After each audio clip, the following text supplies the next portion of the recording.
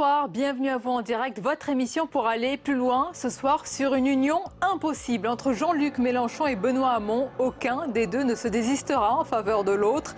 Chacun croit en ses chances de rassembler la gauche. Le dialogue naissant s'est rompu entre les deux candidats. Alors quelles conséquences pour une gauche divisée à 2 mois de la présidentielle? Le débat avec de nombreux invités en notre compagnie. Et plus largement dans cette campagne incertaine, où en est Emmanuel Macron? Le candidat traverse une période de turbulence suite à ses récents propos et ne profite pas tellement dans les sondages des difficultés de François Fillon. Comment expliquer alors cette stagnation? Sur ce sujet et d'autres, le match des idées opposera l'avocat et soutien d'Emmanuel Macron, Jean-Pierre Mignard, à Anne Levade, professeure de droit public, juriste, ancienne présidente de la Haute Autorité pour la primaire de la droite et du centre. Enfin, l'entretien, mon invité observe et analyse la société française depuis plus de 25 ans. Brice Teinturier est directeur général de l'Institut de sondage Ipsos et auteur de ce livre « Plus rien à faire, plus rien à foutre, la vraie crise de la démocratie ». Le grand entretien, c'est tout à l'heure. Voilà donc pour le programme. Merci de votre fidélité, vos réactions et questions avec le hashtag OVPL pour On va plus loin. Et avant d'accueillir mes premiers invités, voici le tour d'horizon de l'actualité du jour. Il est signé Flora Sauvage.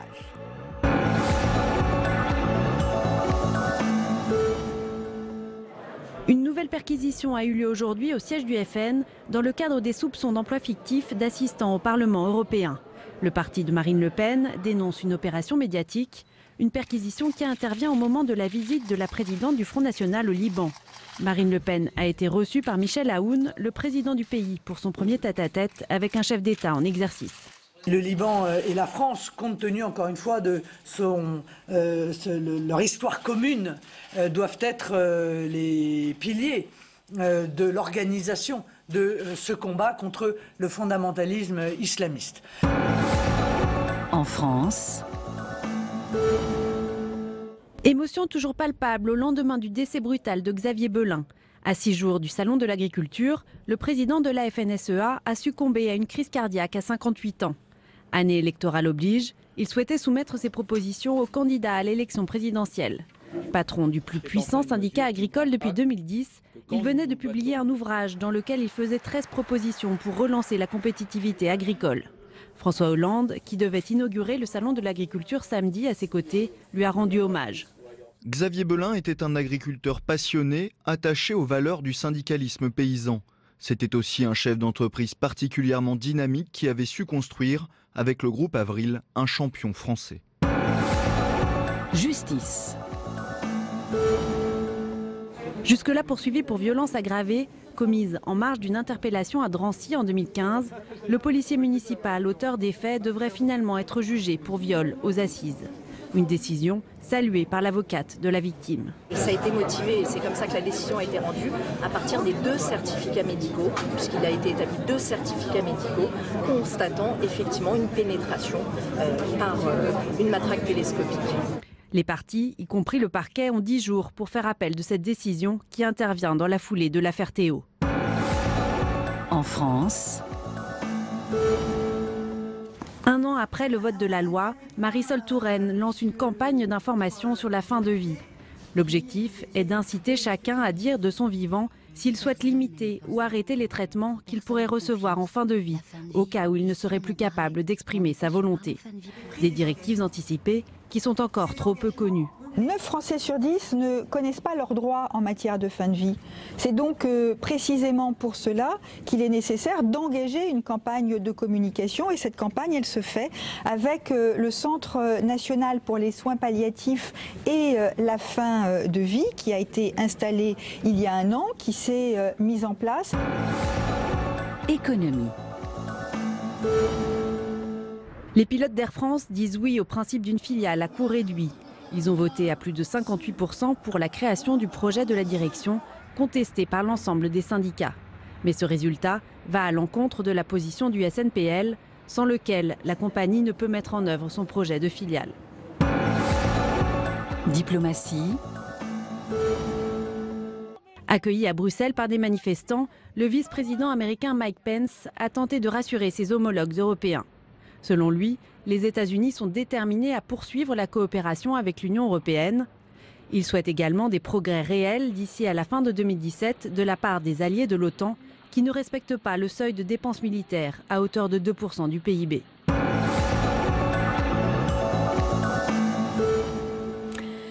Et dans l'actualité, la gauche enterre l'union. La rupture est consommée. Les rivalités et divergences entre Jean-Luc Mélenchon et Benoît Hamon ont éloigné toute possibilité de rassemblement de la gauche. Alors les deux hommes avaient engagé un dialogue tardif, mais les prémices d'une rupture sont vite apparues. Quelles conséquences en vue de la présidentielle? Et puis nous parlerons également de François Bayrou. Mercredi, ce sera son jour. Ira pas. Qu'en pensent nos invités ce soir? Judith Vintraub, bonsoir. Journaliste politique au Figaro. Nous accompagne le politologue Olivier Roucan. Bonsoir. Bonsoir Sonia. Virginie Leguet, bonsoir. Bonsoir. Chef adjointe du service politique à Paris Match. Et Vanessa Jérôme, bonsoir et bienvenue. Bonsoir. Chercheur, politiste, spécialiste notamment du parti écologiste. Alors mesdames, messieurs, avant d'entrer dans le vif de notre débat, je vous propose de revenir sur ces négociations ou discussions mornées entre Benoît Hamon et Jean-Luc Mélenchon les dernières heures. On voit tout cela avec Jérôme Bonnard. Je n'ai pas l'intention de m'accrocher à un corbillard socialiste. La formule est signée Jean-Luc Mélenchon.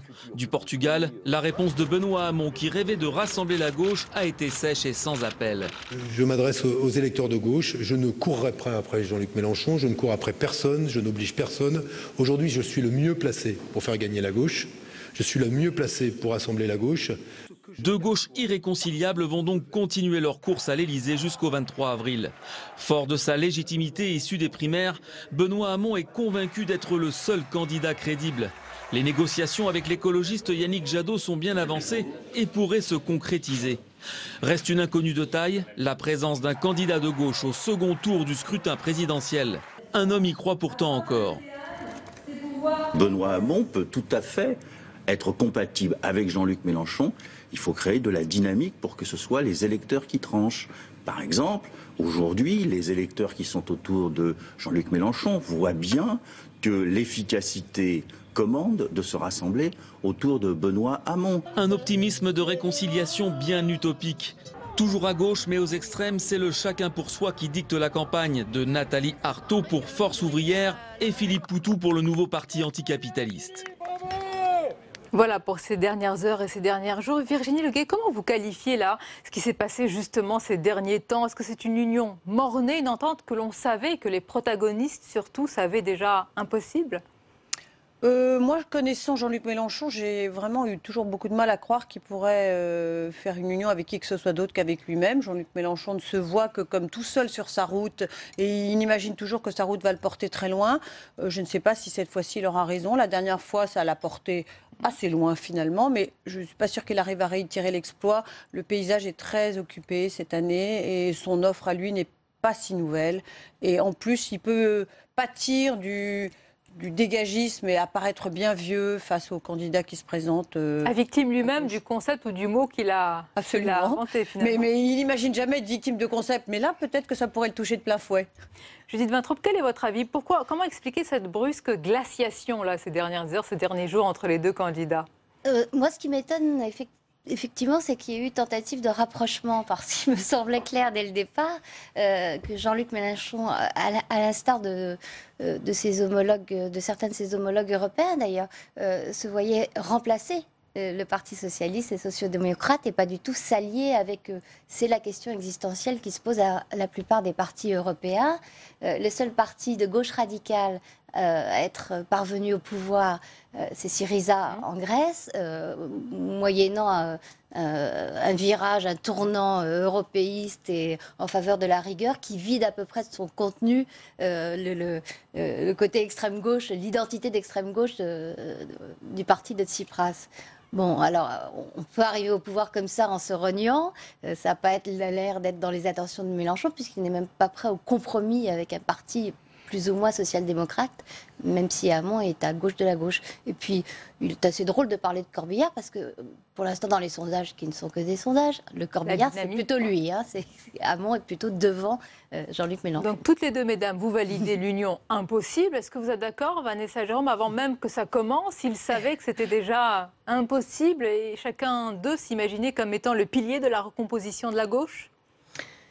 Mais alors que chacun s'imagine être le pilier de la réconciliation, ça c'est assez banal, c'est assez courant. Ça fait d'ailleurs partie, c'est une des caractéristiques du métier politique, hein.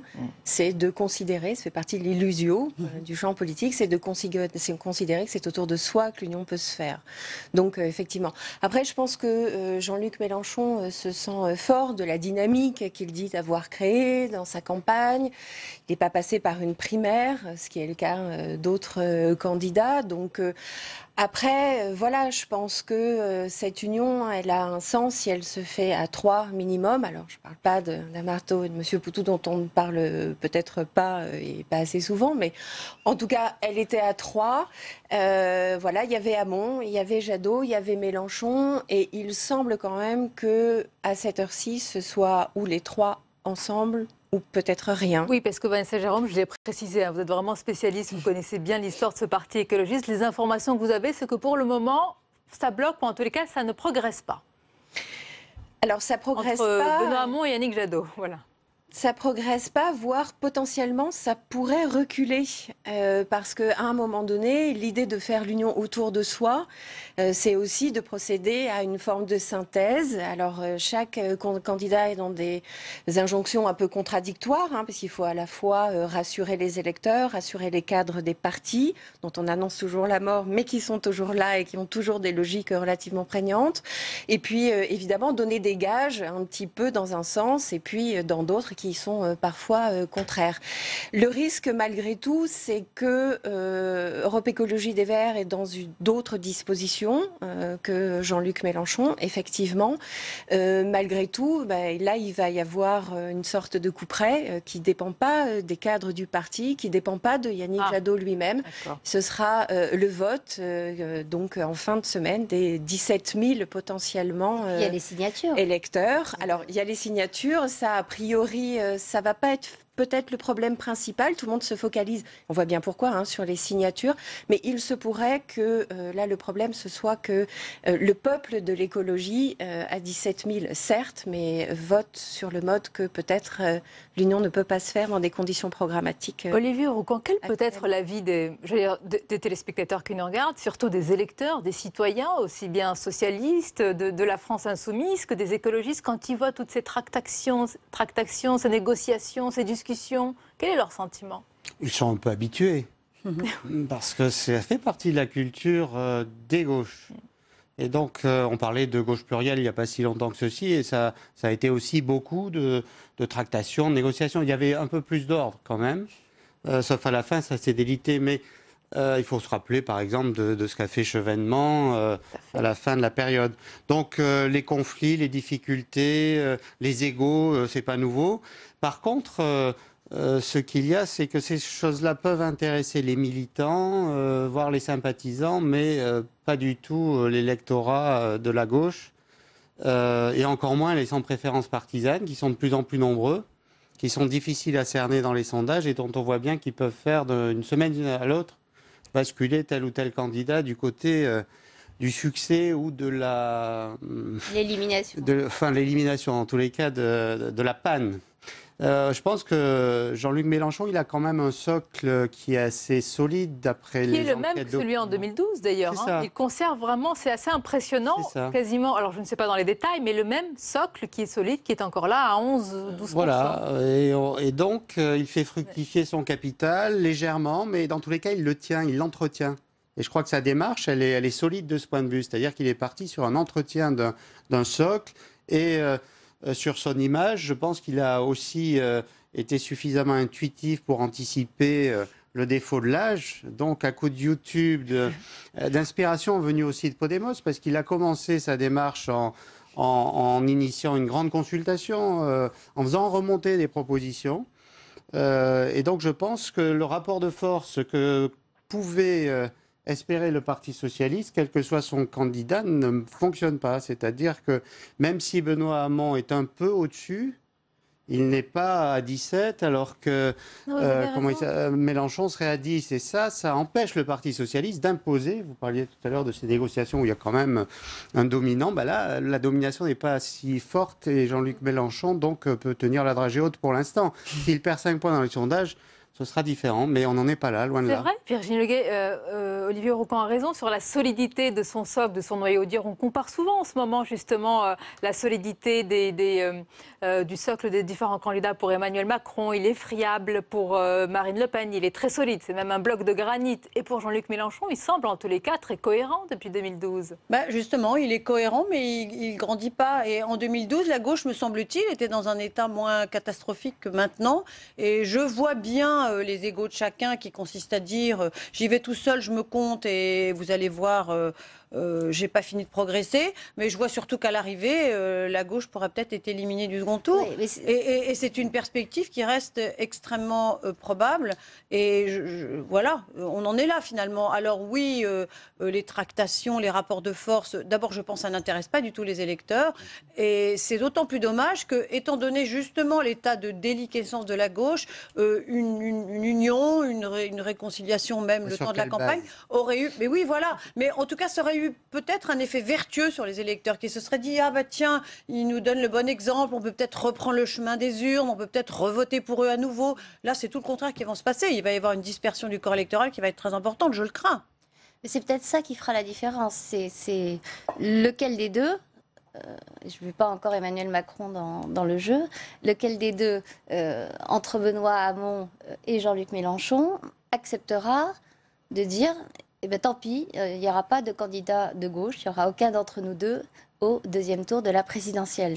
Il me semble que Mélenchon est prêt à l'assumer parce que je crois vraiment qu'il veut remplacer le PS. Et c'est quasiment un désir de meurtre politique, sans verser dans la psychanalyse de Bazard. Je ne suis pas sûre que Benoît Hamon soit tout à fait prêt à aller jusque-là, surtout que la gauche a un précédent en mémoire, celui de Lionel Jospin, qui est éliminé dès le premier tour à cause de la pluralité de candidats socialistes, puis à cause de la médiocre performance de Jospin lui-même. Est-ce qu'il ira jusque-là? Mais là, c'est un point important. Oui, parce que vous dites, c'est vrai, Vanessa Jérôme, on va écouter dans quelques instants la sénatrice de Paris, Marie-Noëlle Lienemann. Elle le dit, Jean-Luc Mélenchon, il demandait l'impossible à Benoît Hamon. Il lui demande la rupture quasiment avec certains de sa famille, avec l'appareil socialiste. On l'écoute, puis vous réagissez juste après. Je ne comprends pas tellement l'attitude de Jean-Luc Mélenchon parce que je trouve qu'il charge la mule en mettant des oukases, des conditions qui sont non seulement des conditions dont on voit bien qu'elles sont excessives et elles ne peuvent pas être acceptées. Parler de corbillard du PS, enfin bon, le Parti socialiste existe, on peut avoir des désaccords, on peut considérer qu'il a été affaibli par ce quinquennat, mais enfin, à quoi ça sert d'aller mettre en cause le Parti socialiste? Nous ne gagnerons et nous ne serons présents au deuxième tour de l'élection présidentielle que si on rassemble toute la gauche, sans exception. Il faut dire qu'entre Jean-Luc Mélenchon et le Parti socialiste, c'est une histoire tumultueuse. Hein.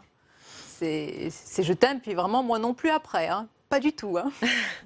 Mais je crois que c'est le cas de beaucoup, c'est-à-dire pour beaucoup d'écologistes qu'on appelle en interne des DDS, des déçus du socialisme.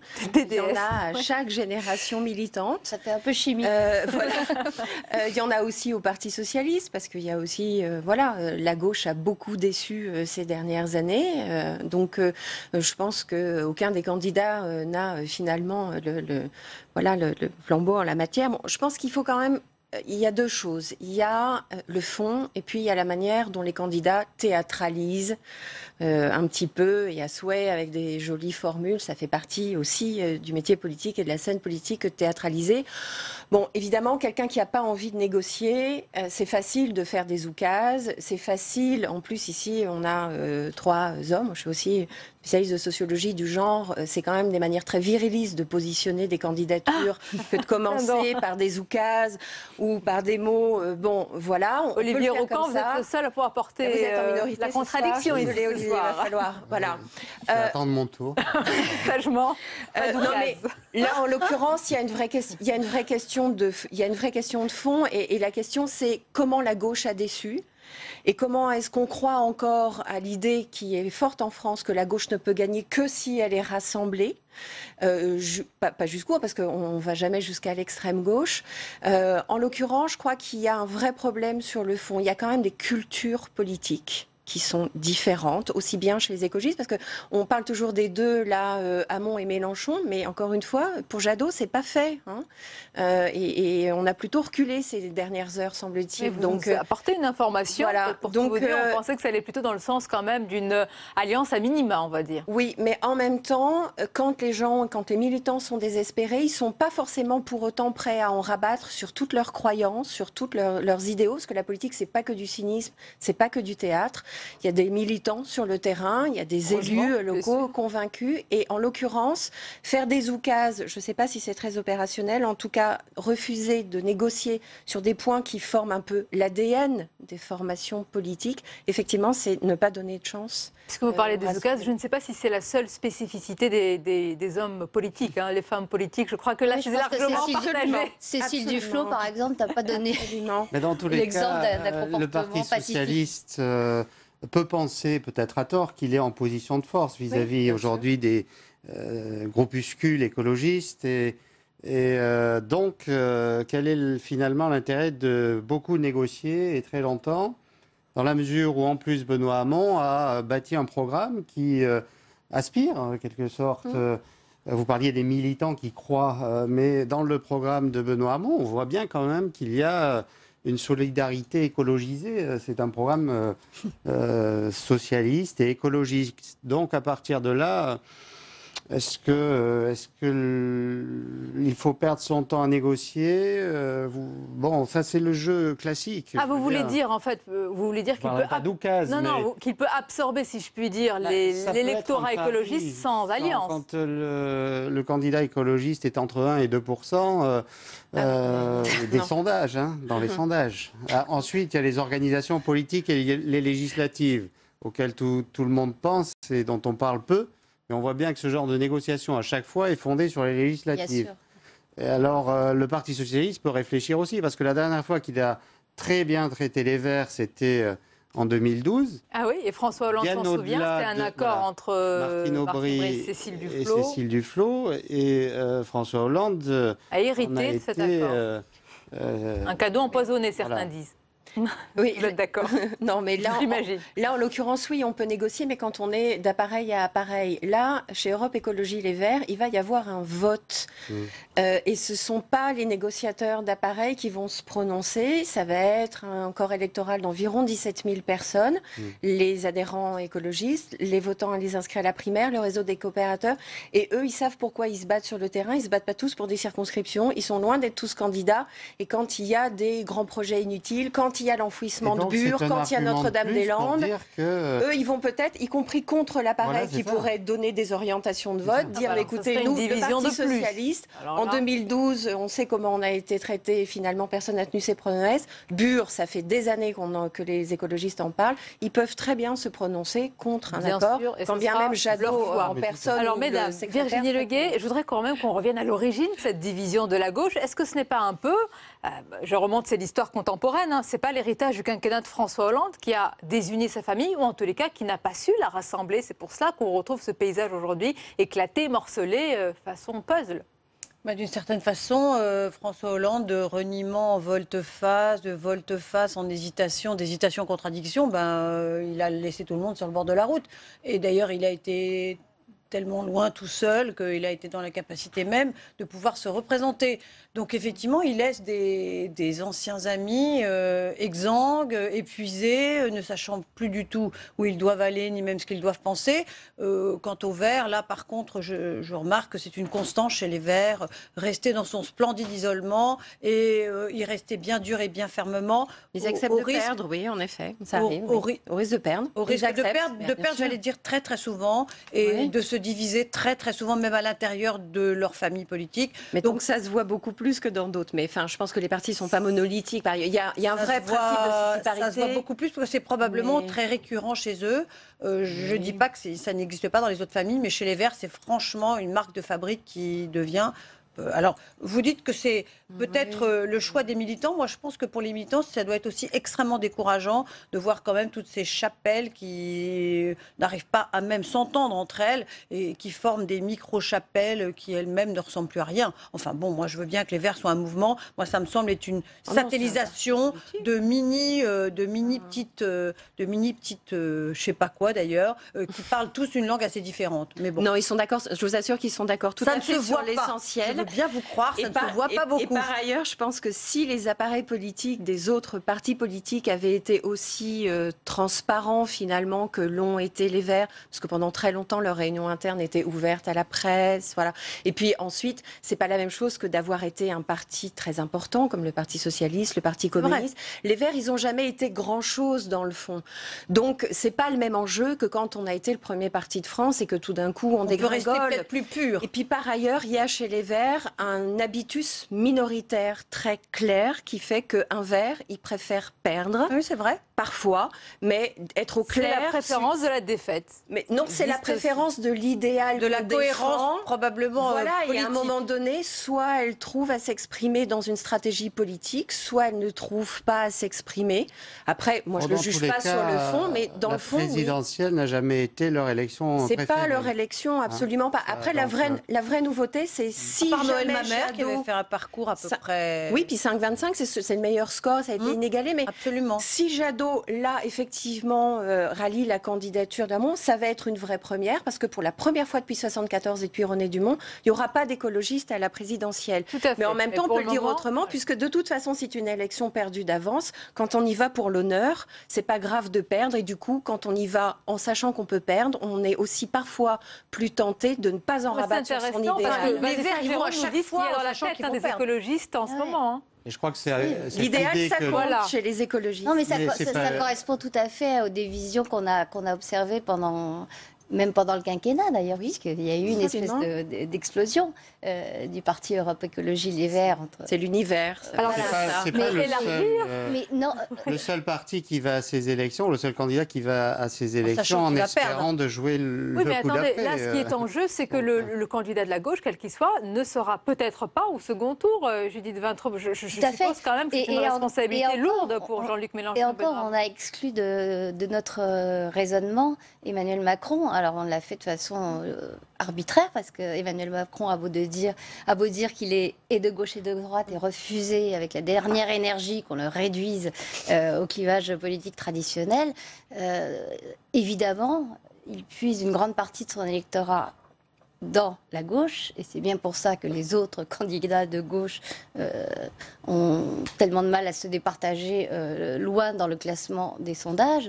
Donc c'est la troisième donnée. Que fera Emmanuel Macron, qu'il y ait ou pas d'ailleurs accord J'ajoute une interrogation, une question. Que fera François Bayrou? On va en parler dans quelques instants. Et attention, tout ce que vous direz sera retenu contre vous, parce que mercredi, on verra quelle sera sa décision. Mais d'abord, un mot quand même sur les programmes. On a beaucoup parlé des personnalités. Entre Benoît Hamon et Jean-Luc Mélenchon, il y a de grandes divergences, notamment sur l'Europe, et vraiment une vraie fracture. Et puis, il y a cette proposition dont on a beaucoup parlé, de Benoît Hamon, sur le revenu universel. Et Benoît Hamon, il a trouvé quand même un soutien de taille à l'international. Bill Gates, écoutez ce qu'il dit de sa proposition. De nos jours, si un travailleur humain, travaille pour une valeur de 50 000 $ dans une usine, eh bien ce revenu est taxé. Un robot pourrait produire la même force de travail et être taxé au même taux.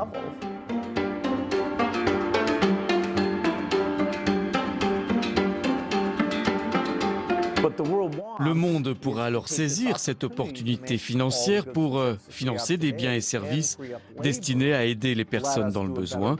Cela pourrait financer l'aide aux personnes âgées et aux enfants en difficulté en créant par exemple des classes à plus petits effectifs. Ce sont des domaines de la société où l'empathie est nécessaire et où il y a toujours un immense manque de moyens. Voilà, je voulais vous faire réagir là-dessus parce que les programmes, c'est quand même le plus important au-delà des personnalités profiter de leurs divergences. Olivier Broucan, bon, c'est quand même un appui de taille sur la taxation des robots. C'est l'un des éléments. Ça existe déjà. Enfin, qu'est-ce que c'est que la TVA? Oui, mais Bill Gates dit que ça pourrait être également davantage amplifié, davantage creusé. Qu'est-ce que vous en pensez? En tous les cas, la taxe sur les robots, le problème, c'est que Bill Gates, lorsqu'il la défend, on peut penser que ce serait une taxe universelle. Oui. On parle. Alors, si la France se met à faire une taxe sur les robots, ça rappelle la taxe sur les magnétoscopes des années 80. Donc, une surtaxe. Et en plus, on a un déficit. Nous sommes sous-robotisés, entre guillemets, par rapport à nos voisins. Ça ne fera pas de gros revenus avec cette taxe. C'est le problème. Ensuite, Jean-Luc Mélenchon, il fonde la cohérence de sa démarche. Vous parliez de la cohérence de sa démarche sur sa contestation de l'Europe néolibérale. Et il s'y est tenu. Et c'est aussi ce qui lui donne une certaine force et un socle. Parce que c'est lisible, c'est compréhensible. Alors que des tas de candidats sont là avec beaucoup d'incertitudes et on ne comprend pas leur démarche. Ça, par exemple, Benoît Hamon, c'est typique. Il a un discours assez pro-européen quand on l'écoute.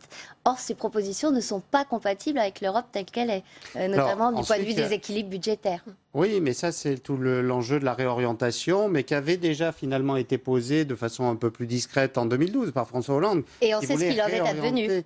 Alors voilà, peut-être que cette fois-ci, le contexte a changé. Le contexte a changé et même les États-Unis se mettent à pratiquer, alors avec une toute autre idéologie, des politiques qui relèvent davantage d'un certain protectionnisme. C'est important ce que vous dites, c'est vraiment une ligne de fracture. Vous êtes d'accord, Virginie Leguet et Vanessa Jérôme? C'est finalement peut-être la plus grande divergence entre Benoît Hamon et Jean-Luc Mélenchon, cette vision de l'Europe, cette vision aussi des traités européens, de la manière d'appréhender l'Europe. Mais est-ce que c'est ça qui fera la différence aux yeux des électeurs? Oui, il y a bien sûr qu'il y a des différences, mais je ne suis pas sûre que c'est ce qui fondera l'envie d'un électeur d'aller voter soit pour l'un, soit pour l'autre. Franchement, je trouve même un peu ce spectacle... On est en février 2017, on sort d'un quinquennat où la gauche a été rincée, essorée, et là on en est encore à continuer ça, chacun sur sa route, dans son isolement magnifique, et finalement on va, avec de fortes chances, on va droit à l'échec. Je trouve que c'est une conception de la politique qui n'est pas très enthousiasmante, en dehors même des programmes, encore une fois. Moi, il y a une chose qui me séduit dans la manière dont le revenu universel est traité, parce que je trouve que c'est typiquement un exemple parfait de ce qu'on sait en sociologie sur la circulation des idées à l'international, notamment.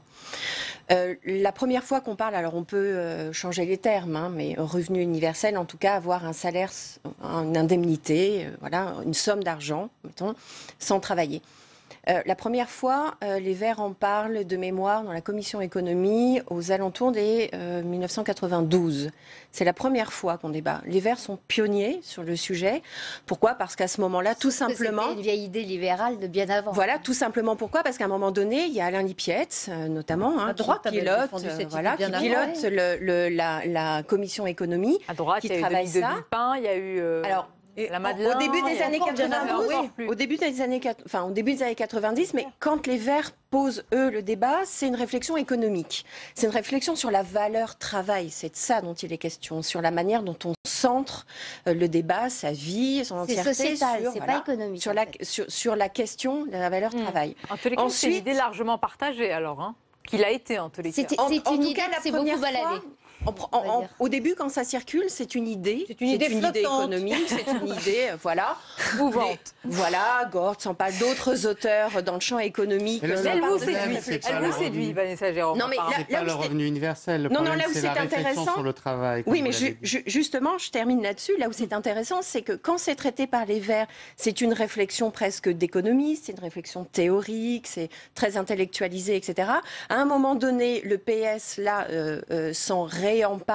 Alors, je ne dis pas du tout que le PS a jamais travaillé sur la valeur travail, bien évidemment, mais ça apparaît dans la campagne à un moment donné où ça a été poussé par les écologistes. Puis ça passe chez Mélenchon. Et chez Jean-Luc Mélenchon, c'est avec une idée de radicaliser les propositions. On voit très bien comment, juste sur un exemple, les positionnements, les postures politiques bougent Alors, je voudrais vous faire réagir maintenant. Eh bien, ni conclave, ni fumée blanche, mais une déclaration à la presse. Judith Vintraub, ce sera mercredi. Tout d'abord, il y aura eu une réunion du bureau exécutif qui est prévue mardi soir à 18h30, où le président du MoDem devrait ou pourrait exposer en tous les cas les raisons de son 4e engagement en vue de la présidentielle. Bon, la question, vous la connaissez. Est-ce qu'il a suffisamment d'arguments pour y aller ? Il a très envie d'y aller. Il a très envie d'y aller et il a brûlé ses vaisseaux, au sens propre du terme, en se fâchant méthodiquement, systématiquement, avec François Fillon. D'abord sur son programme. Il a repris l'expression d'Alain Madelin qui disait François Fillon, c'est le Robin des riches. Il prend aux pauvres pour donner aux riches. Et ensuite... Quand François Fillon s'est trouvé face à la justice en disant qu'il devrait carrément retirer sa candidature. Donc, il a eu des mots, oui. Donc, côté Fillon, les vaisseaux sont brûlés, il n'y a rien à réparer. En tout cas, officiellement, ils disent, François Fillon dit qu'il le voit très souvent, qu'est-ce qu'ils se disent dans l'intimité de leur conversation, on ne sait pas. Côté Macron, alors, ce qui est intéressant, c'est la date choisie par François Bayrou, parce que vous savez qu'Emmanuel Macron doit annoncer son vrai programme, son grand contrat avec les Français, le 2 mars. François Bayrou, qui a longtemps, qui répète en boucle je vous défie de ne pas être d'accord avec une phrase que prononce Emmanuel Macron, en ajoutant que ce qu'il dit est tellement banal que ça ne constitue pas un programme, choisit de ne pas attendre le dit programme pour annoncer sa décision sur la présidentielle. Pour moi, c'est plutôt qu'il y va. Même conclusion, j'allais dire, Virginie Leguet. En tout cas, François Bayrou adore les campagnes présidentielles, il adore l'élection présidentielle. Il fait de la brasse coulée pendant un septennat, puis un quinquennat. Il ressort à chaque élection présidentielle et il dit « Oup, je suis là, j'exige, je vais y aller ». Donc là, je ne vois pas très bien comment il pourra résister à cette énorme tentation qu'il a toujours eue. Il s'est toujours vu un destin présidentiel, il s'est cru un destin présidentiel. Il a fait des scores assez variables. Là, je ne sais pas s'il a bien mesuré que le paysage politique était en profonde mutation et que les électeurs étaient dans une colère noire, et y compris contre tous ceux qu'on voit dans la vie politique depuis 30 ans, ce qui est son cas. Je ne sais pas s'il l'a bien mesuré. Je pense qu'il a dû... Par contre, s'interroger sur les conséquences financières qu'aurait un score en dessous de 5%, parce que là, pour le coup, il serait ruiné. Et quand vous avez dit tout à l'heure qu'il a réuni son bureau exécutif, je me suis dit... Diantre, qui donc fait partie de ce bureau exécutif? Il est tout seul, il n'y a personne au MoDem, il y a absolument tout seul. Ses amis l'ont quitté les uns après les autres depuis 10 ans. Donc je ne sais pas qui l'a réuni, lui-même, et il a pris sa décision entre lui-même et lui-même, peut-être aidé de Marielle de Sarnez, dont je crois savoir qu'elle n'était pas extrêmement enthousiaste à l'idée qu'il y aille. Mais voilà, bon, maintenant... En tous les cas, vous avez décrit, c'est important, l'ambiance de cette campagne, l'ambiance vraiment où tout se cristallise, avec une certaine violence de mots utilisés, le spectre des affaires.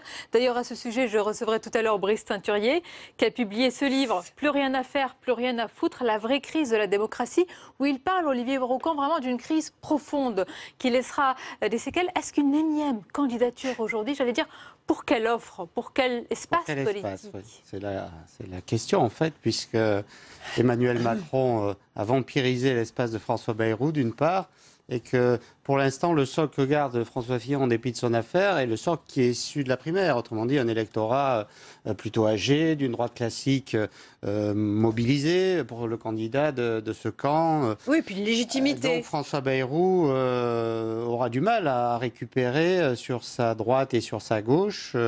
Bon, alors il peut parier sur son charisme, il peut parier sur son expérience, c'est parfois un atout. Certes. Mais comme vous l'avez dit, il y a la question des finances et des forces, et des troupes et du projet politique. Donc de ce point de vue, tout a été dit. Le projet politique, aujourd'hui, on peut penser que François Bayrou saura en faire un autant que d'autres candidats en lice. On va conclure un tour de table. Vanessa Jérôme, un pronostic, peut-être une information Un pronostic, non, parce que c'est pas mon métier. Vous avez raison de ne pas vous y risquer. Donc je ne m'y risquerai pas. Il y a eu tant de pronostics qui ont été déjoués depuis quelques mois. Oui, par ailleurs. Donc je laisse à ceux qui doivent tirer les leçons les tirer. Non, je pense qu'il y a une vraie ouverture parce que chacun peut interpréter dans le fond à la fois le rôle qu'il peut jouer dans cette campagne, prêter une manière aux Français d'interpréter la peur de Marine Le Pen au deuxième tour, voire finaliste, la peur du 21 avril, la question de la reconstitution de la gauche. Je crois que tout est ouvert. On est en train de fabriquer quelque chose, ça c'est indéniable. Et à mon avis, on posera les jalons pour quelques années. Mais... Donc on aura l'occasion d'en parler. Merci beaucoup pour ce débat et cette analyse. Plus largement à présent dans cette campagne incertaine, cette question, où en est, que vous avez esquissée, où en est Emmanuel Macron? Le candidat traverse, semble-t-il, une période de turbulence suite à ses récents propos. Alors sur ce sujet et d'autres, le match des idées opposera dans quelques instants l'avocat et soutien d'Emmanuel Macron, Jean-Pierre Mignard, à Anne Levade, professeur de droit public et juriste. À tout de suite, restez avec nous. Public Sénat vous donne rendez-vous au Salon international de l'agriculture pour une plongée quotidienne dans la plus grande ferme du monde. Des grands débats qui animent le monde agricole, aux visites des candidats à la présidentielle, vous serez aux premières loges de ce grand événement. Le Salon de l'agriculture, en partenariat avec Groupama, un événement à suivre du 25 février au 3 mars, en direct sur Public Sénat. Bonjour, François Hollande pour les élections présidentielles. Bonne journée. Merci. C'est quoi votre métier? Non, je ne suis pas député. Moi, je veux être le député maintenant. De le CRAP, Elancourt, tout ça. Moi, je veux Elancourt. Ouais, vous avez 18 ans, vous? C'est moi, dans ma ville, 50% à Trappes, Hollande, au premier tour. Pas la classe, ça? Ça dit en gros qu'on est en tête, la gauche, dans toutes les régions. Que dans 35 départements, Hollande était passé en tête alors que Sarkozy était en tête en 2007. Même si ça fait peur de faire du porte-à-porte, sonnez, cognez, ouvrez et allez chercher. Cognez pas sur les gens, hein, sur la porte. Hein. Comment vous avez fait pour en arriver là? Faut rien lâcher. Sauf tout, il faut toujours rester à gauche. La méthode Hamon, chronique d'une victoire annoncée, samedi à 21h30 sur Public Sénat. Et bienvenue à vous en direct si vous nous rejoignez à l'instant. Votre émission pour aller plus loin et nous allons nous intéresser à deux aspects de cette campagne à 2 mois du premier tour. D'abord, la séquence un peu difficile autour d'Emmanuel Macron. De quoi est-elle révélatrice? Et plus largement, nos invités nous diront ce qu'ils pensent de cette campagne. Un regard un peu plus distancé, une campagne où tout est possible, tout évolue très vite. Une campagne aussi sur laquelle plane le spectre des affaires. Et pour en parler, avec nous ce soir, Jean-Pierre Mignard, bonsoir. Bonsoir. Avocat, soutien d'Emmanuel Macron. Anne Levade nous accompagne, bonsoir. Bonsoir. Professeur de droit public, juriste, ancienne présidente de la Haute Autorité pour la primaire de la droite et du centre. Et première question, Jean-Pierre Mignard, dans quel état d'esprit êtes-vous après ces jours de flottement, séquence difficile? Je pense que vous le reconnaissez pour votre candidat qui a dû justifier ses propos, qui rencontre désormais même une résistance sur le terrain. Il est vrai ce soir que les sondages, les récents sondages peuvent vous redonner un peu le sourire, mais comment avez-vous vécu ce moment? Il n'y a pas de moment, ce n'est jamais une mer calme, hein, une candidature. Surtout à la présidentielle, c'est toujours difficile, il y a des hauts, il y a des bas, ce soir ça remonte, je suppose qu'un jour ça rebaissera, ça remontera. Je veux dire, ça c'est vraiment la vie d'une campagne de cette nature. L'important c'est peut-être de situer la tendance. Or la tendance est aujourd'hui le maintien d'Emmanuel Macron comme candidat aujourd'hui admissible au second tour. Je crois que c'est ça qui est important. Et bon, on pourra parler effectivement de ce qui a été dit, et peut-être des campagnes qui ont été engagées, des malentendus, mais aussi de ce qu'il a voulu dire, parce que je crois qu'il y a un élément de sincérité, et peut-être aussi de risque, de prise de risque de sa part. Et moi, je crois qu'il faut admettre aussi les candidats dans ce qui est leur existence, leur être, leur prise de risque, et ce qui est aussi une manière d'ailleurs d'être extrêmement... respectueux de leur électorat, c'est-à-dire de dire les choses. Vous direz jusqu'où doit aller cette prise de risque, parce qu'il y a le respect de l'électorat, puis certains ont été choqués quand même. Oui, mais il y en a d'autres qui ont pu être tout à fait satisfaits. C'est tout le problème, effectivement, d'une campagne présidentielle. Est-ce que l'on peut satisfaire tout le monde? Je crois qu'à un moment donné, le consensus a évidemment ses limites dans une démocratie. Vous m'offrez la véritable question, en fait, pour Emmanuel Macron, que je pose d'ailleurs à Anne Levade, avec un regard un peu plus éloigné, etc., sur ce candidat qui semble, Anne Levade, des opinions quand même, donner des gages à la droite, puis elle ne soutient pas Emmanuel Macron. Non, mais voilà. Elle a des opinions. Oui. Avec un peu plus les exposer. Merci, Jean-Pierre. Anne Levade, sur ce candidat qui semble donner des gages à la droite, puis à la gauche, puis à la droite. Est-ce que c'est possible que ce candidat, Emmanuel Macron, arrive à faire voler en éclats ce clivage traditionnel que nous connaissons depuis si longtemps en France, droite et gauche?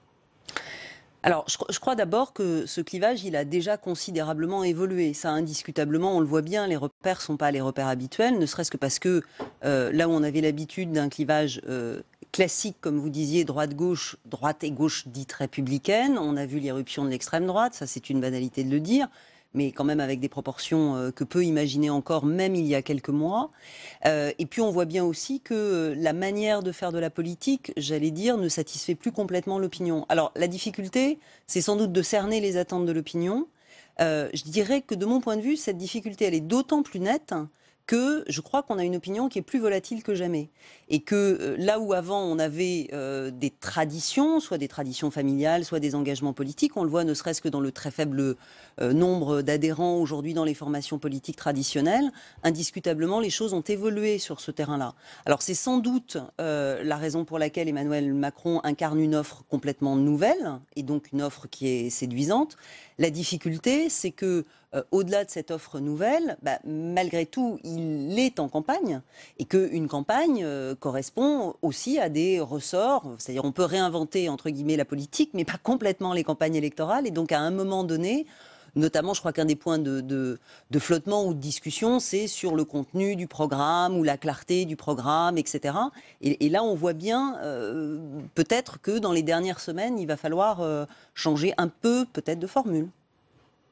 Jusqu'où peut aller, comme dit Anne Levat, cette manière de réinventer la politique, Jean-Pierre Mignat, parce que jusqu'à présent, tout glissait, oui, tout passait pour Emmanuel Macron. Il y avait une magie, un sort de halo qui l'entourait. Oui, maintenant, les flèches vous utilisez l'imparfait comme ça c'est pas vrai. Regardez, honnêtement, les sondages ne demandent pas. Vous ne parlez pas des sondages, je vous dis que le candidat est au cœur des attaques, évident, tout simplement. Car bien évidemment, il tente de construire, c'est vrai pour la première fois, ce que d'autres dans le passé ont tenté d'avoir. Parce que moi, j'ai beaucoup soutenu la candidature de Jacques Delors, qui finalement n'a pas souhaité y aller. C'était très typique. Dans son temps, Chaban-Delmas a tenté, venant de la droite, ce type de rapprochement. Bon, le système politique institutionnel, je le dis non pas sous le contrôle amical, et professeur Aldan tenait ferme, et finalement, les droites et gauches étaient assignées à résidence.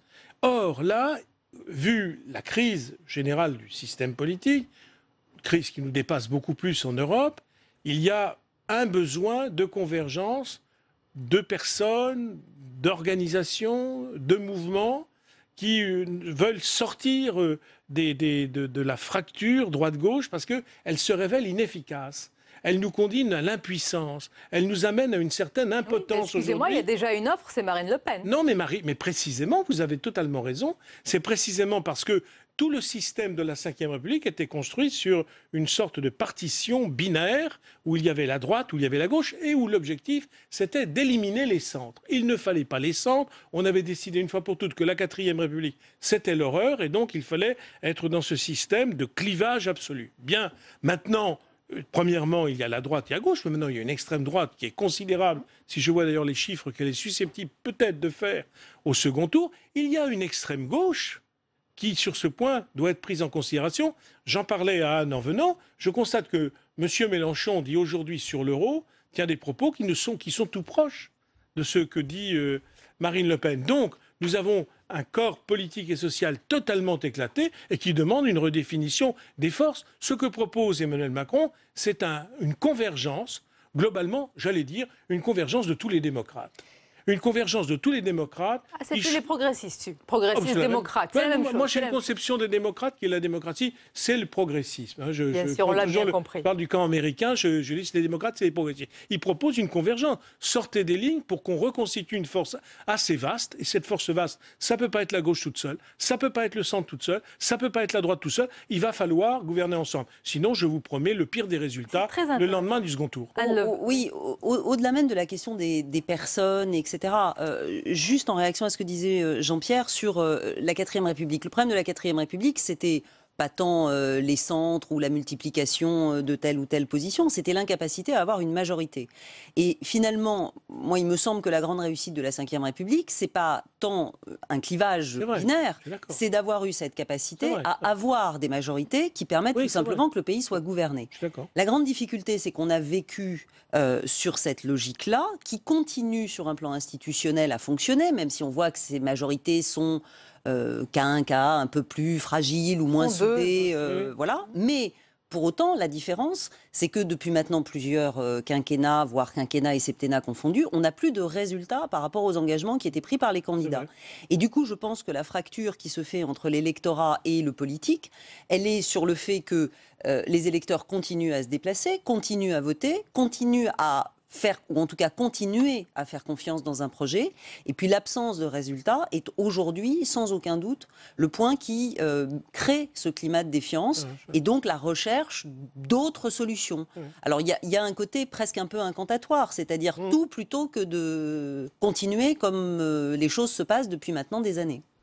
Je suis globalement d'accord. Oui, mais ce que vous dit Anne, si je peux me permettre, c'est qu'elle vous dit que cela a conféré quand même une certaine stabilité dans notre vie politique, dans notre système politique. Sauf que c'est fini. Ce que dit Anne est vrai, mais ce que dit Anne est vrai pour le passé, ce n'est plus notre présent. Nous le sentons bien qu'il y a des difficultés qui vont croissantes. La preuve, pas seulement pour cette élection qui vient là, mais pour les précédentes. François, la difficulté même qu'a rencontré, les obstacles qu'a rencontré François Hollande, c'est que sa victoire contre Nicolas Sarkozy n'a pu être que le fait d'une coalition de circonstances, d'un conglomérat de circonstances, de mouvements, de forces ou de personnes hostiles à Nicolas Sarkozy. Ce qui ne fait pas une majorité, car le lendemain, tous les présidents élus de la Ve République se retrouvent le lendemain finalement avec leur noyau dur, les 20, 22, 23% qui ont été élus au premier tour. Ceux qui font les 51 sont contre. Mais une fois qu'ils sont contre celui qui a été battu, eh bien, et quelquefois, ils sont contre celui qui a été élu. Donc, celui-ci se trouve, je parle de celui-ci parce qu'il y a des hommes pour l'instant, j'avais soutenu Ségolène Royal, ça n'a pas marché, mais bref, j'espère porter plus chance Emmanuel Macron. Alors bon, voilà, eh bien, il se retrouve avec 22-23%, c'est-à-dire une majorité qui n'en est plus une, qui font des parlementaires qui disent « mais nous ne sommes plus très bien accueillis sur le marché et on ne peut plus rien faire », c'est-à-dire la paralysie. Si nous ne trouvons pas en France des moyens de faire converger, de faire coaliser des gens qui partagent les mêmes choses sur l'Europe, sur les valeurs démocratiques, sur les droits, les libertés, sur un équilibre, pas un équilibre, sur une dynamique commune entre le marché et la protection sociale, alors nous allons échouer. Si les Allemands marchent en partie, c'est parce qu'ils ont retrouvé une formule de coalition. Autre système, autre culture qui n'est pas la nôtre. Sonia, pardonnez-moi. En démocratie, il n'y a pas 40 cultures. En démocratie, on partage. On n'écrase pas l'autre. On n'anéantèle pas l'autre. On partage. Vous avez raison. Jean-Pierre a parfaitement raison. Il n'en demeure pas moins que le défi principal pour Emmanuel Macron, me semble-t-il, aujourd'hui, c'est d'arriver, et ce que vous dites le montre, à créer une majorité. C'est ça. C'est-à-dire une dynamique de majorité. Et en particulier, que ce ne soit pas des majorités, j'allais dire, successives ou alternatives, ce qui correspondait à ce qu'on a connu là, pour le coup, sous la Troisième ou sous la Quatrième République. C'est-à-dire des reconfigurations permanentes qui, à un moment donné, épuisent le système. C'est tout à fait vrai. Et donc, malgré tout, pourtant qu'on veuille, pour gouverner, il faut avoir une majorité derrière qui soutienne on est d'accord. Celui qui, effectivement, arrive au pouvoir. Surtout que nous aurons ensuite, imaginons, Fillon ou Macron, il y aura avec un score pareil du Front National. Attendez, il va falloir ensuite avoir une majorité parlementaire, une majorité dans le pays. Bien du courage au président élu, s'il ne réussit pas la convergence. À mon avis, je veux dire, l'avantage intellectuel, qu'on s'entende bien, l'avantage intellectuel qu'a Emmanuel Macron sur François Fillon, c'est qu'il est intellectuel. Je n'ai pas dit qu'il était idiot. Non, je n'ai pas dit ça. J'ai dit qu'il dit ce n'est plus possible seul. J'ai bien suivi la campagne de François Fillon, vous aussi, et pour cause. Et, tôt ou tard, je veux dire, si François Fillon ne veut pas gouverner avec le Front National, parce qu'il ne le veut pas, il va être obligé de passer des accords ou des alliances. Il n'arrivera pas à gouverner. Donc il ne faut pas mentir à ses électeurs. Il faut leur dire, nous ne pouvons plus seuls. C'est ça aujourd'hui le grand choc français. C'est de dire aux électeurs de gauche et de droite qui ont l'habitude, comme ces armées qui se regardent dans deux tranchées, etc., puis qui d'ailleurs sont bien obligés de se réconcilier. Jean-Pierre Vignard, quand on vous amène sur des sujets concrets, on voit bien que c'est quand même compliqué. Je ne vais pas les prendre les uns après les autres, mais dernièrement, même sur quand Emmanuel Macron s'est exprimé sur les opposants au mariage homosexuel, on voit bien qu'il a hystérisé la gauche, on voit bien qu'il essaye un petit peu de donner des gages, et ce n'est pas... Il peut le faire, c'est tout à fait normal de parler à tout le monde, comme vous le dites, dans une démocratie et dans un esprit de rassemblement, mais on voit bien qu'à un moment, le grand écart peut amener un claquage. Oui, c'est vrai, il a raison. D'ailleurs, je pense que c'est lui qui a utilisé une fois l'expression sur François Fillon. Il faut être, non, mais c'est vrai qu'il a dit, il faut être pédagogique, cela dit, Après tout, s'il veut être le président de la République, il doit être celui qui dit « je prends des positions, je les défendrai, mais je ne souhaite pas que ceux qui sont minoritaires sur une position, surtout d'ailleurs une très grosse minorité, soient méprisés. Et je souhaite qu'on en parle. Et je souhaite qu'on exige de se parler, qu'on ne méprise pas les homosexuels, qu'on non à l'homophobie. Pour autant, les autres ne sont pas forcément des gens sortis du Paléolithique. Voilà ce qu'il veut dire. Voilà. Ça, c'est non, pardonnez-moi, c'est un langage nouveau. Est-ce que nous allons faire sortir la guerre civile de nos têtes ? Je voudrais vous faire réagir également, Anne Levade et Jean-Pierre Mignard, puisqu'évidemment vous êtes des spécialistes du droit notamment. Votre regard plus large sur cette campagne sur laquelle quand même plane ce spectre des affaires. Il y a d'un côté, je ne veux pas mélanger les affaires, mais il y a d'un côté le Penelope Gate, c'est ainsi qu'on l'a appelé, puis l'affaire reprochée à Marine Le Pen par le Parlement européen. Rarement, vraiment rarement, Anne Levade, le temps politique et l'agenda judiciaire ne se sont autant rencontrés, presque, ils interagissent dans cette campagne. Quel est votre sentiment? Comment vous voyez les choses? Alors, rarement, effectivement, sur une période aussi courte et à aussi peu de semaines maintenant de l'élection présidentielle, le temps judiciaire n'aura été aussi étroitement mêlé au temps politique. C'est du coup une très lourde responsabilité, j'allais dire, pour tout le monde. Une très lourde responsabilité pour l'institution judiciaire, parce que dans le cas de l'affaire dite du Penelope Gate, on voit bien que la semaine dernière, le parquet national financier, en tout cas c'est mon analyse, a tenté de dire « je travaille à mon rythme et mon rythme n'est pas celui du politique ». Ça n'a pas été compris forcément par tout le monde. Même si, malgré tout, en parlant de la loi et de la démocratie, il pouvait y avoir dans la toute dernière phrase de ce communiqué une petite ambiguïté sur ce terrain-là. Mais il n'en demeure pas moins qu'on ne peut pas nier le fait que ça peut interférer, ne serait-ce qu'en raison de la couverture médiatique de ces affaires, dans l'esprit des électeurs, et qu'on est bien loin de la période pendant laquelle on considérait qu'il y avait une forme de neutralisation du temps de la campagne, voire même certains disaient de l'année qui précédait une élection pendant laquelle on ne pouvait plus rien faire. Alors, je pense que ce temps-là est définitivement révolu. Et je pense que d'une certaine manière, le temps de la neutralisation de la phase préalable à la campagne, c'est plutôt une bonne chose, parce que il ne serait pas souhaitable que la justice n'intervenant pas, le soupçon pèse, et que, alimenté par les réseaux sociaux, la rumeur, les médias qui nécessairement s'en feraient l'écho, finalement, ce soit plus dévastateur encore que l'intervention de la justice. Le fait est néanmoins que on arrive quand même à un moment où on aurait envie, j'allais dire, d'avoir quelque chose d'un tout petit peu plus clair pour savoir si effectivement, jusqu'au bout de cette campagne et jusqu'au premier tour, on va se retrouver paralysé par, d'un côté, des débats sur la justice, qui d'ailleurs peut en sortir abîmé, parce que malgré tout, l'idée qu'elle hypothéquerait la campagne présidentielle n'est pas très bonne non plus pour l'institution judiciaire, et si effectivement on va pouvoir parler un peu du fond. Cela dit, j'ai pas la bonne solution. C'est-à-dire qu'on ne peut pas non plus reprocher à la justice de prendre le temps qu'elle juge nécessaire pour passer d'une phase qui pour l'instant n'est que celle d'une enquête préliminaire, qui n'a finalement que 3 semaines, ce qui est très court à l'échelle de la justice. Vous évoquiez les affaires de Marine Le Pen. Certains se sont émus de ce qu'on n'en parle pas plus tôt. Mais à titre de comparaison, sauf erreur de ma part, ça fait 1 an et demi que la procédure d'enquête préliminaire a été diligentée dans le cadre de l'affaire des emplois fictifs de Marine Le Pen. Donc on voit bien que le temps judiciaire, là, effectivement, n'est pas tout à fait compatible avec le temps politique. Je vais vous laisser réagir dans un instant, Jean-Pierre Mignard. Je voudrais simplement qu'on s'arrête. Je suis plutôt d'accord, alors donc oui, on mais... peut réagir. Bon. Non, mais c'est important parce que vraiment, je voudrais avoir votre avis plus large aussi, non pas seulement sur le communiqué de la procureure du parquet national financier, mais sur une petite musique qui monte à droite et qui dit qu'un juge ou une procureure ne peut pas prendre en otage une élection présidentielle. Quel est votre avis? Vous nous le direz juste après. Un retour sur la stratégie judiciaire de François Fillon avec Flora Sauvage. Accueilli par des concerts de casseroles lors de ses déplacements, François Fillon s'accroche. Dans une vidéo, le candidat de la droite à la présidentielle exhorte ses partisans à ne pas se laisser intimider. Ils font du bruit. Nous défendons un projet pour la France. Et en démocratie, c'est le suffrage universel qui décide et lui seul. Alors que le 26 janvier, sur le plateau de TF1, François Fillon affirmait qu'il se désisterait s'il était mis en examen dans l'affaire de l'emploi fictif présumé de sa femme Pénélope. Désormais, le discours a changé. Dans un entretien au Figaro, il l'affirme. Ma décision est claire. Je suis candidat et j'irai jusqu'à la victoire. Plus question de se désister s'il était mis en examen. Le candidat qui avait fait de la probité son fer de lance veut continuer la bataille pour la présidentielle. Mais l'été dernier, il tenait un tout autre discours. Ceux qui ne respectent pas les lois de la République ne devraient pas pouvoir se présenter devant les électeurs. Il ne sert à rien de parler d'autorité quand on n'est pas soi-même irréprochable. Être atteint sans un retour de notre compétitivité. Une évolution sémantique qui risque de laisser des traces. Si cette stratégie porte ses fruits auprès de son électorat, il n'est pas sûr que cela soit suffisant pour gagner le 7 mai prochain. Voilà, sur cette petite musique, je voulais vous faire réagir, Jean-Pierre Mignard. C'est ce qu'on entend, le suffrage universel face aux décisions des juges.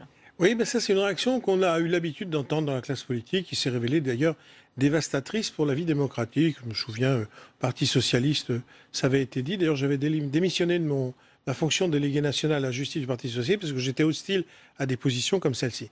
Il y a le pouvoir exécutif, il y a le pouvoir législatif, il y a l'autorité judiciaire, que d'ailleurs, dans la Constitution de 1946, on doit trouver un peu de pouvoir à un moment donné, dans un des articles, etc. Bon, très bien, la loi, c'est la loi, les juges sont les juges, et un président de la République ou un candidat à président de la République, dans une démocratie, il respecte la loi, il respecte les juges. Il n'y a pas les juges contre le suffrage.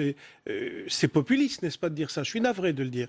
C'est très populiste. D'ailleurs, il n'a pas la primeur, François Fillon. Ça a été dit ailleurs, à gauche comme à droite. Donc ça, c'est un véritable problème. Je ne sais pas, il doit y avoir une sorte de jacobinisme dans nos gènes qui nous amène effectivement à penser que vraiment les juges...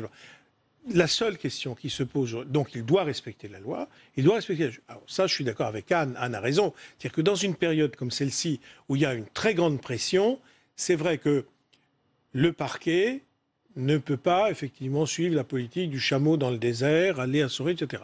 Il faut, parce que c'est une question d'opportunité, il doit prendre une décision où il classe, où il cite directement devant le tribunal, où il ouvre une information judiciaire.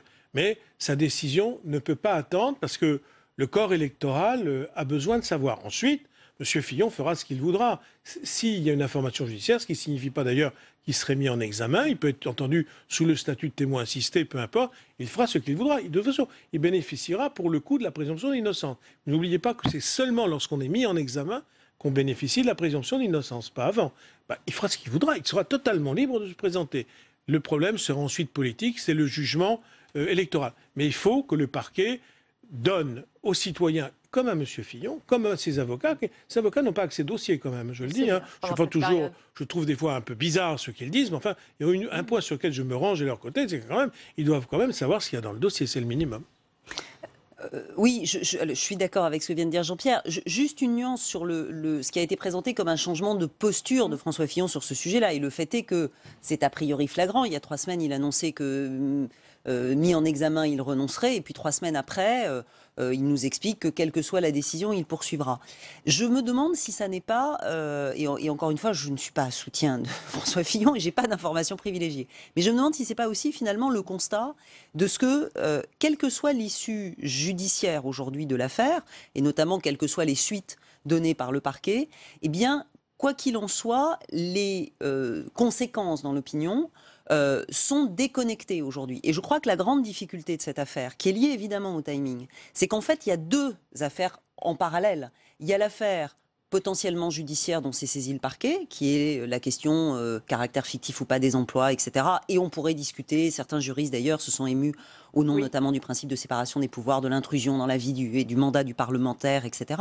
Et puis il y a un deuxième volet qui est un volet là pour le coup strictement politique et qui est lié évidemment au moment de la parution du Canard enchaîné et au moment concomitant, puisque c'est le même jour, de l'intervention du parquet national financier. Et de ce point de vue-là, effectivement, sur ce deuxième volet, seul l'électeur peut être juge, puisque quoi qu'il en soit, et aussi vite que pourrait aller la justice, s'il devait y avoir citation directe, en revanche, il est absolument inimaginable qu'un procès puisse aboutir avant le premier tour de l'élection présidentielle. Ça, c'est une certitude. La seule chose que puisse faire le parquet, c'est marquer donner son analyse et marquer une intention. Il n'y aura rien de plus qu'une analyse du parquet, une intention, mais en effet, il n'y aura dans tous les cas pas de jugement. Vous avez dit quelque chose, avant le premier tour. Vous ne dites que des choses intéressantes, mais vous avez dit quelque chose d'intéressant tout à l'heure, Anne Levat. Vous avez dit il y a une lourde responsabilité pour tous. Et j'ai cru comprendre, donc pour tous évidemment, pour les électeurs qui doivent faire leur choix, pour le candidat qui maintient sa candidature coûte que coûte, mais aussi également pour la procureure, j'imagine, Éliane Houlette, pour laquelle c'est quand même une affaire, j'allais dire, exceptionnelle dans tous les sens du terme. Donc il y a une lourde responsabilité, on imagine, pour ce procureur-là aujourd'hui. Écoutez, faisons 40 secondes de politique fiction. Si, je ne sais pas ce que va faire Éliane Houlette dans les jours ou les semaines qui viennent, mais si effectivement, au bout du bout, nous avions Marine Le Pen, présidente de la République, peut-être s'interrogerait-elle, je ne sais pas quelle serait la configuration du deuxième tour dans ce cas-là, mais sur, le cas échéant, les conséquences, soit de son communiqué ou de la procédure. Mais je ne le dis pas du tout pour porter un jugement sur pas en cause. Voilà, ce qu'elle a fait et le point où on en est. Mais je pense que peut-être même les journalistes du Canard enchaîné eux-mêmes ne se doutaient-ils pas de l'emballement de cette affaire et se pose-t-il aujourd'hui la question de savoir si, parce que c'est aussi l'époque dans laquelle nous vivons, si finalement tout ça n'est pas allé un peu au-delà de ce qu'on pouvait imaginer. Encore une fois, on faisait le parallèle avec les affaires qui concernent Marine Le Pen. On a évoqué les affaires d'emploi fictif, puisque le Parlement européen vient plus que de s'en émouvoir, d'indiquer que les 300 000 euros seraient récupérés directement sur les indemnités de la députée européenne. Mais il y a quand même aussi une affaire dans laquelle un certain nombre de gens du micro-partisan sont aujourd'hui mis en examen et renvoyés devant le tribunal. Donc je veux dire, on voit bien aussi qu'il y a certaines affaires dont on parle très peu et puis d'autres dont on parle très abondamment. Sans doute aussi, encore une fois, en raison du moment où on appelle désormais le Penelope Gate a été évoqué. Pour conclure, Jean-Pierre Mignard, vous pensez que ça laissera des traces? On l'a dit, c'est un moment quand même particulier. Rarement, ça n'a été aussi proche du scrutin. Et en plus, ce scrutin semble, alors on le dit peut-être de toutes les présidentielles, mais tellement important. Ça laissera des traces entre le pouvoir judiciaire et le monde politique. On parle souvent d'une méfiance. Je ne sais pas s'il faut aller dire jusqu'à défiance. J'ai envie de dire aussi que les responsables politiques doivent faire preuve de responsabilité. Et que sur ce point, il y a aussi une exemplarité à donner, que nous n'aurions pas ce feuilleton judiciaire qui vient en effet troubler l'imminence du scrutin si il y avait plus de responsabilité, de sens éthique chez beaucoup. Et nous n'en serions pas là. Donc ils portent eux aussi une part importante du fardeau qui pèse sur nous et qui peut en effet se révéler à terme catastrophique pour le pays. Merci Jean-Pierre Mignard et Anne Levade. Merci pour ce match des idées toujours très intéressant et apaisé aussi. Je rappelle aux téléspectateurs que vous revenez régulièrement, et j'espère le plus souvent possible, pour débattre ici des différents sujets dans l'actualité. Dans quelques instants, pour le grand entretien, mon invité, ce sera Brice Teinturier. Et il va parler justement de ce climat de défiance, de cette crise de confiance dans notre démocratie. Bon, ce n'est pas que catastrophiste, il y a des solutions, on vous en parlera également. Et puis c'est la revue de presse à suivre juste après le tour d'horizon de l'actualité politique.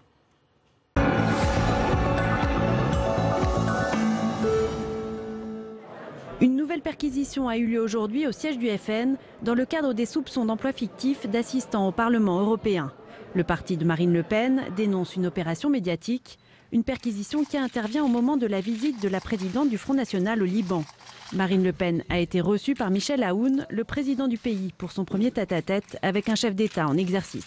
Le Liban et la France, compte tenu encore une fois de leur histoire commune, doivent être les piliers de l'organisation de ce combat contre le fondamentalisme islamiste. En France, émotion toujours palpable au lendemain du décès brutal de Xavier Belin. À 6 jours du Salon de l'Agriculture, le président de la FNSEA a succombé à une crise cardiaque à 58 ans. Année électorale oblige, il souhaitait soumettre ses propositions aux candidats à l'élection présidentielle. Patron du plus puissant syndicat agricole depuis 2010, il venait de publier un ouvrage dans lequel il faisait 13 propositions pour relancer la compétitivité agricole. François Hollande, qui devait inaugurer le Salon de l'Agriculture samedi à ses côtés, lui a rendu hommage. Xavier Belin était un agriculteur passionné, attaché aux valeurs du syndicalisme paysan. C'était aussi un chef d'entreprise particulièrement dynamique qui avait su construire, avec le groupe Avril, un champion français. Justice. Jusque-là poursuivi pour violence aggravée, commise en marge d'une interpellation à Drancy en 2015, le policier municipal auteur des faits devrait finalement être jugé pour viol aux assises. Une décision saluée par l'avocate de la victime. Ça a été motivé, et c'est comme ça que la décision a été rendue, à partir des 2 certificats médicaux, puisqu'il a été établi 2 certificats médicaux constatant effectivement une pénétration par une matraque télescopique. Les parties, y compris le parquet, ont 10 jours pour faire appel de cette décision qui intervient dans la foulée de l'affaire Théo. En France, un an après le vote de la loi, Marisol Touraine lance une campagne d'information sur la fin de vie. L'objectif est d'inciter chacun à dire de son vivant s'il souhaite limiter ou arrêter les traitements qu'il pourrait recevoir en fin de vie, au cas où il ne serait plus capable d'exprimer sa volonté. Des directives anticipées qui sont encore trop peu connues. 9 Français sur 10 ne connaissent pas leurs droits en matière de fin de vie. C'est donc précisément pour cela qu'il est nécessaire d'engager une campagne de communication, et cette campagne, elle se fait avec le Centre national pour les soins palliatifs et la fin de vie qui a été installé il y a un an, qui s'est mise en place. Économie. Les pilotes d'Air France disent oui au principe d'une filiale à coût réduit. Ils ont voté à plus de 58% pour la création du projet de la direction, contesté par l'ensemble des syndicats. Mais ce résultat va à l'encontre de la position du SNPL, sans lequel la compagnie ne peut mettre en œuvre son projet de filiale. Diplomatie. Accueilli à Bruxelles par des manifestants, le vice-président américain Mike Pence a tenté de rassurer ses homologues européens. Selon lui, les États-Unis sont déterminés à poursuivre la coopération avec l'Union européenne. Il souhaite également des progrès réels d'ici à la fin de 2017 de la part des alliés de l'OTAN qui ne respectent pas le seuil de dépenses militaires à hauteur de 2% du PIB.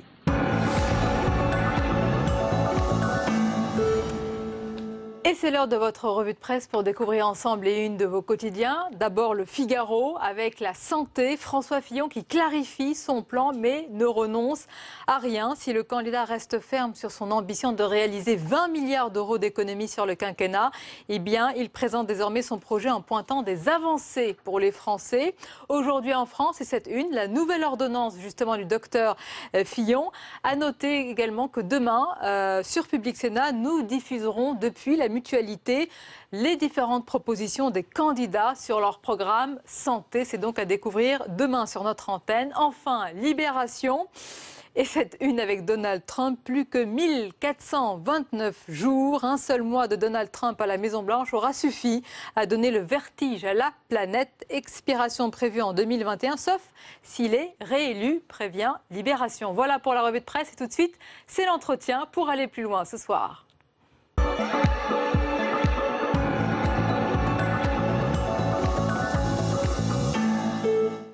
Mon invité ce soir est le directeur général délégué de l'Institut Ipsos France. Il publie ce livre aux éditions Robert Laffont, Plus rien à faire, plus rien à foutre, la vraie crise de la démocratie. Chez Robert Laffont, bonsoir et bienvenue Brice Teinturier. Merci, bonsoir. Alors votre livre interroge et ausculte la défiance et la crise de confiance des Français à l'égard du politique. On va en parler en détail. Tout d'abord, je voulais vous demander votre avis sur la campagne que l'on vit. On vient d'en parler avec Anne Levade et Jean-Pierre Minière, une campagne inédite, tout est possible, pleine d'incertitudes. Oui, totalement inédite, pour plusieurs raisons. On ne trouve pas le moteur profond de la présidentielle. Dans une campagne présidentielle, il y a toujours un moteur. En 2012, c'était l'anti-sarkozysme. En 2007, c'était au contraire l'espérance portée par Nicolas Sarkozy. Là, le fait que François Hollande ne soit pas candidat, qu'il n'y ait pas de sortant, déjà désagrège les choses et rend plus difficile l'identification de ces moteurs. Et puis on a une offre électorale qui est très différente. On a 2 candidats, Emmanuel Macron et Marine Le Pen, vous en avez beaucoup parlé, qui incarnent justement la volonté de s'affranchir du clivage gauche-droite. Le clivage gauche-droite, il a des inconvénients, mais il permet aussi de structurer les choses. Et en fait, ce qu'on mesure, c'est une campagne très déstructurée. Les affaires qui parasitent en plus cette campagne. Tout cela conduit à 6 points de moins d'intention d'aller voter des Français à la même date qu'en 2012 et à 1 Français sur 2 qui nous donne une intention de vote tout en disant qu'il peut changer d'avis. Et dans ce livre, Brice Teinturier, vous évoquez le paysage tel que nous l'avons décrit au sortir de l'élection de 2012, à savoir un tripartisme, droite, gauche, Front National, alors plus aujourd'hui Emmanuel Macron, mais en fait, vous nous dites que cette lecture, elle est dépassée, erronée. Je pense qu'elle existe, mais qu'elle occulte un autre phénomène, qui est la montée en puissance d'une attitude que je crois très profonde, qui va bien au-delà de la simple déception, et qui est ce que j'appelle le PRAF, le plus rien à faire, dans sa version radicalisée, plus rien à foutre, et qui pose un véritable défi à la démocratie. Et du coup, on s'est beaucoup polarisé, avec raison, sur la tripartition ou quadripartition gauche-droite FN, mais elle a occulté, je crois, la montée en puissance de cette attitude, qui, à mon avis, est au moins aussi importante que la fulgurante ascension du Front National. Alors, cette attitude, on va en parler en détail. Et vous dites, c'est très intéressant dans le livre, que les politiques ou les observateurs, de manière générale, se gargarisent ou se rassurent plutôt en disant que telle émission fait tant de millions de téléspectateurs, que telle primaire rassemble tant de millions de citoyens d'électeurs. Mais en fait, ce n'est peut-être que de la poudre aux yeux, mais en tous les cas, attention à l'illusion. Oui, je pense qu'on se rassure souvent de manière un peu indue. On s'est rassuré sur la bonne participation de la primaire, on se rassure sur des audiences d'émissions politiques. Moi, ce que je constate, c'est que quand on est à 4 millions, 5 millions, eh bien, ça signifie pour la primaire de la droite et du centre que c'est 10% du corps électoral qui s'est mobilisé, que c'est un sympathisant de droite sur 4, donc les 3/4 sont quand même restés chez eux, et que certes, il y a parfois des belles audiences à 4 ou 5 millions d'auditeurs, mais en réalité, elles sont beaucoup plus faibles que dans le passé. Et il faut regarder le phénomène massif, et le phénomène massif, je crois qu'il est au contraire une distance accrue vis-à-vis de cette scène. Et j'avais été très frappé par la faible audience qu'avait connue l'émission de François Hollande, qui inaugurait Dialogue citoyen, justement une nouvelle émission, où le casting était quand même très choisi, on pouvait s'attendre à ce qu'il y ait de l'intérêt, et l'audience avait été très très faible, comme si les Français déjà nous disaient « mais tout ça, on n'en a plus rien à faire ». Justement, le plus rien à faire ou le plus rien à foutre, c'est à la fois une attitude et peut-être que vous nous direz que c'est peut-être un parti, en tous les cas pour vous, Brice Teinturier, c'est un enjeu démocratique. Il questionne notre démocratie. Il va au-delà d'une méfiance ou d'une défiance ou même d'un dégoût. Oui, parce que je crois j'ai cherché à comprendre qu'il faut interroger cette distance, la prendre au sérieux, lutter avec acharnement contre elle, mais avec discernement. Et il y a beaucoup de raisons qui permettent d'expliquer, de comprendre pourquoi environ 30% de nos concitoyens aujourd'hui peuvent éprouver, alors de manière intermittente ou au contraire de plus en plus répétée, cette attitude de distance. Il y a un double quinquennat, Hollande-Sarkozy, c'est cette décennie qui a construit l'idée que droite et gauche, ayant les pleins pouvoirs dans leur pureté de cristal, eh bien finalement ne parvenaient toujours pas à fabriquer du résultat. Mais il y a aussi beaucoup d'autres causes à l'origine de ce mouvement. L'effondrement, je crois, de la morale publique, alors même que les Français demandent une exemplarité, une recherche du bien commun, les mutations de l'information aussi, les réseaux sociaux, la façon dont les JT travaillent l'opinion et les référentiels qu'ils mettent en scène. La place des sondages, j'en parle aussi, oui. Et parfois leur travers. Donc il y a beaucoup de choses qui peuvent expliquer cette prise de distance accrue. Et elle est importante parce que la démocratie a besoin d'engagement, elle a besoin d'ardeur, et pas simplement d'une distance ou d'un dégoût ou d'une indifférence à l'égard de la politique, bien évidemment. Alors cette attitude, elle est là, Brice Teinturier, depuis longtemps. Elle ne vient pas d'émerger, elle s'est consolidée petit à petit. Vous diriez que c'est depuis une dizaine d'années qu'il y a ce dégoût profond ? Oui, je crois quand même que depuis une dizaine d'années, il y a un changement qui est un changement structurel. Des déçus, il y en a toujours eu, oui. Même si on avait eu les croyants d'abord en la politique. Ensuite, on a eu les déçus. On a eu un retour de l'espérance en 2007. Et après ce retour d'une espérance déçue, on a quelque chose de beaucoup plus profond qui se crée, qui est vraiment une forme de dégoût, d'indifférence. Il y a de la colère aussi. Mais quand vous êtes en colère, vous êtes encore en relation avec la politique. Et vous votez d'ailleurs pour des candidates ou des candidats qui incarnent cette colère. Quand vous êtes dans le dégoût ou dans l'indifférence, c'est autre chose. Vous êtes dans le divorce qui est quasiment consommé. Vous vous éloignez, vous vous écartez. Et ça, c'est beaucoup plus nouveau, c'est beaucoup plus profond.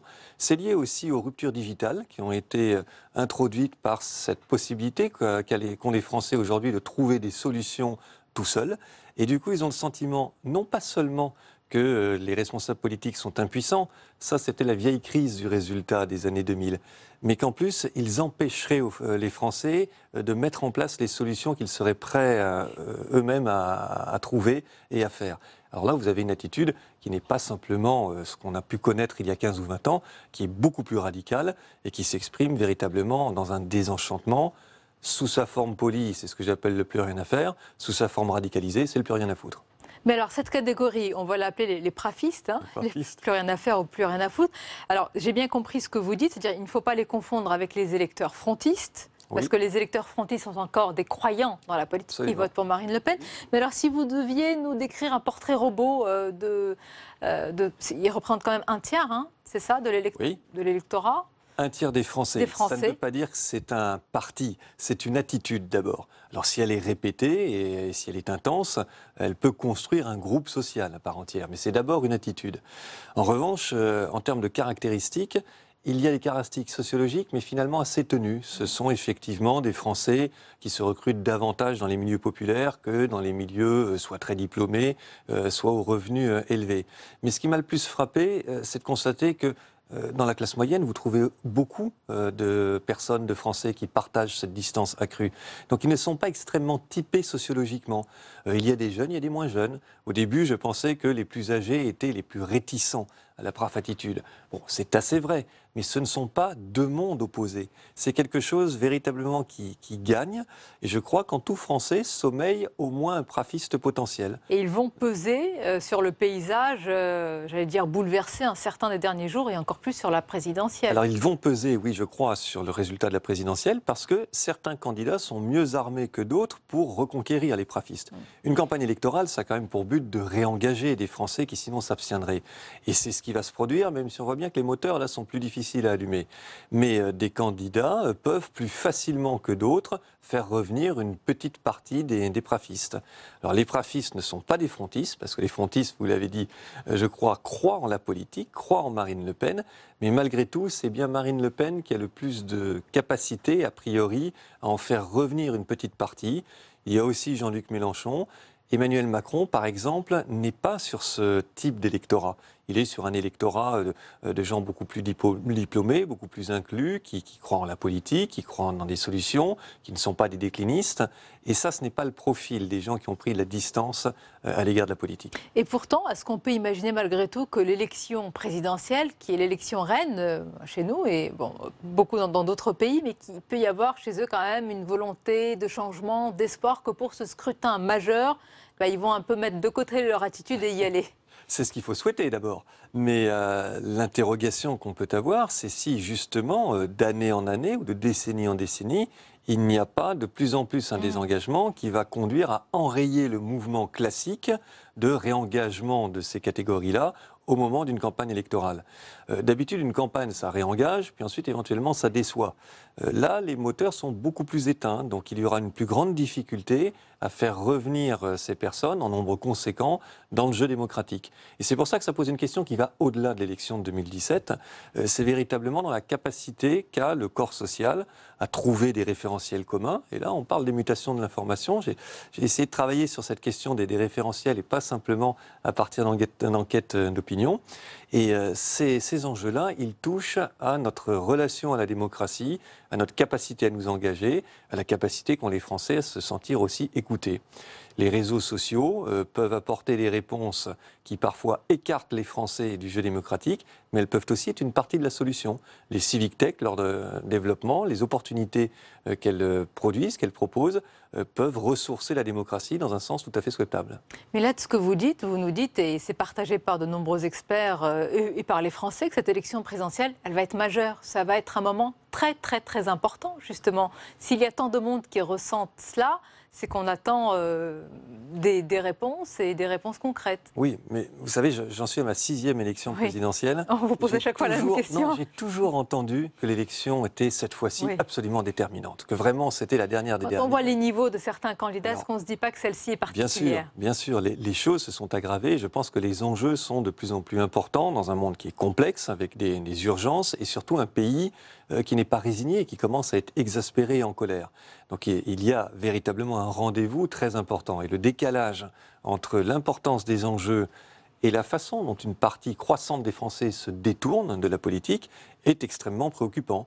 Donc j'essaye d'en dessiner les contours, de bien comprendre ce qui se passe, pour que les responsables, mais pas simplement politiques, intellectuels, associatifs, etc. Des médias également. Les médias également, les instituts de sondage, je crois aussi, que tous puissent apporter des réponses suffisantes pour remettre dans le camp, on va dire, des défenseurs de la démocratie et de la politique, parce qu'il ne peut pas y avoir un pays qui fonctionne de manière efficace sans représentation politique, eh bien pour que tous ces mécanismes-là refonctionnent de manière un peu plus Finalement, positive. c'est un appel, c'est un signal d'alerte, évidemment aux responsables politiques, l'entendront-ils, ça les regarde, mais à nous tous, notre manière de délivrer l'information, de la traiter, etc.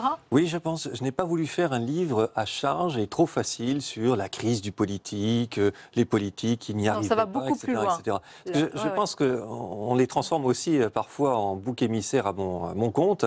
Il y a beaucoup d'autres raisons, il y a beaucoup d'autres facteurs de dysfonctionnement et d'éloignement des Français de la politique. Les responsables peuvent avoir leurs responsabilités, précisément, dans des jeux de postures. J'essaye de montrer aussi comment la crise du résultat conduit certains à adopter des postures qui sont ravageuses en termes d'effets. Mais il y a d'autres logiques tout aussi importantes autour des médias, autour de la question de la morale, autour de ceux qui pourraient représenter pour des catégories de la population une forme d'icône, de modèle, et qui ne joue pas ce rôle. Et c'est tout cela qui concourt à cet éloignement. En tout cas, c'est un livre qui nous interroge tous, et vous allez très loin, puisque j'ai dit, l'enjeu vraiment, et vous le dites très bien, ce n'est pas cette élection présidentielle, c'est une véritable, non pas crise de la démocratie, mais c'est l'essence même de notre démocratie. À lire, vraiment, plus rien à faire, plus rien à foutre, la vraie crise de la démocratie, chez Robert Laffont. Merci, Brice Teinturier. On arrive presque à la fin de cette émission, et comme d'habitude à présent, on va découvrir les moments choisis sur Public Sénat.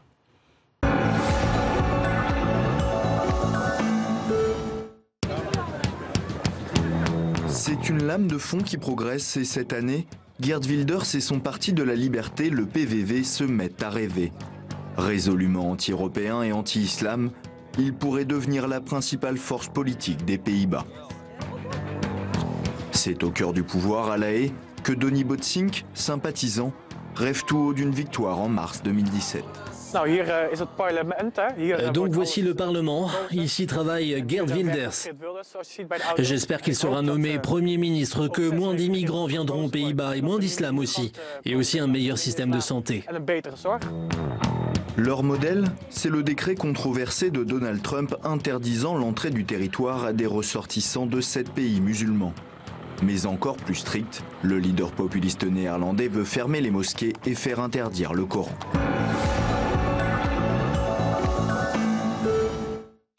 Oui, non, il n'y aura pas de consigne de vote de Force ouvrière, ni direct, ni indirect, ni au premier tour, ni au deuxième tour, quel que soit le cas de figure. Nous dirons ce que nous avons à dire, bien entendu, sur la situation, etc., mais nous ne donnerons pas de consigne. Parce que si l'on veut, moi ça fait plusieurs années que j'explique, je ne suis pas le seul aujourd'hui, vous avez même l'ensemble des syndicats européens qui disent à peu près la même chose. Si l'on veut éviter la montée des mouvements que j'appelle moi de rejet de l'autre, en France comme ailleurs, la raison essentielle, je ne dis pas exclusive mais essentielle, c'est la situation économique et sociale. C'est les logiques d'austérité qui sont mises en place. Alors si on ne veut pas ça, on change ces logiques-là. Sinon, c'est prendre les gens pour des imbéciles. Nous étions en faveur de l'euthanasie, nous étions pour le suicide assisté. À défaut d'avoir ces deux mesures, on a quand même une loi du mieux mourir, avec notamment une possibilité de sédation pour ceux qui le souhaitent et en fait, en quelque sorte, la possibilité de dormir avant de mourir. Donc ça n'est pas la loi rêvée, mais en tout cas, à défaut de la loi rêvée, c'est une loi pragmatique.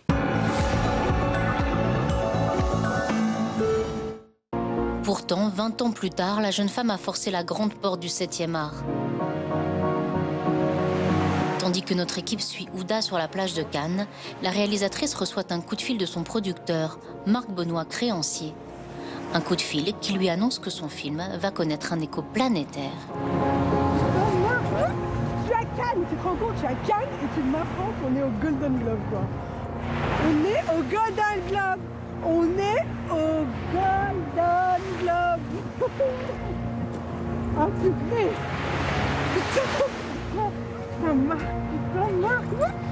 Les Golden Globes, le célèbre prix remis par les critiques de cinéma d'Hollywood, a nominé Divine parmi les 5 meilleurs films étrangers de l'année.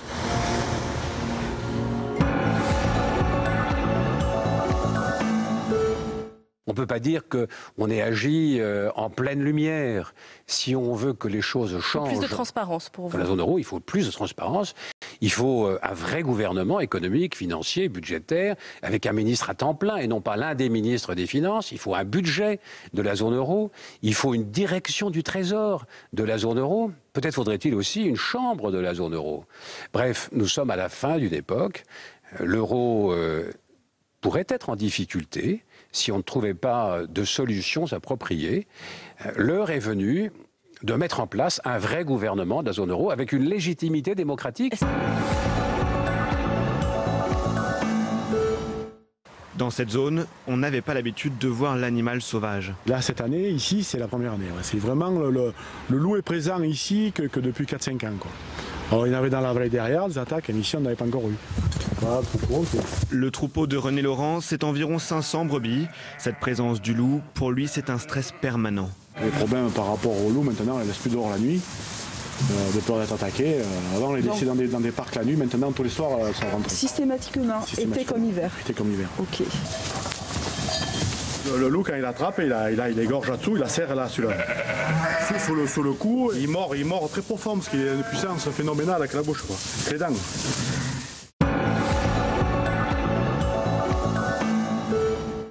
Et on arrive à la fin de cette émission. Merci encore de votre fidélité. Rendez-vous demain à 22 h. D'abord, vous aurez votre rendez-vous matinal avec Territoire d'Info. Belle fin de soirée en notre compagnie.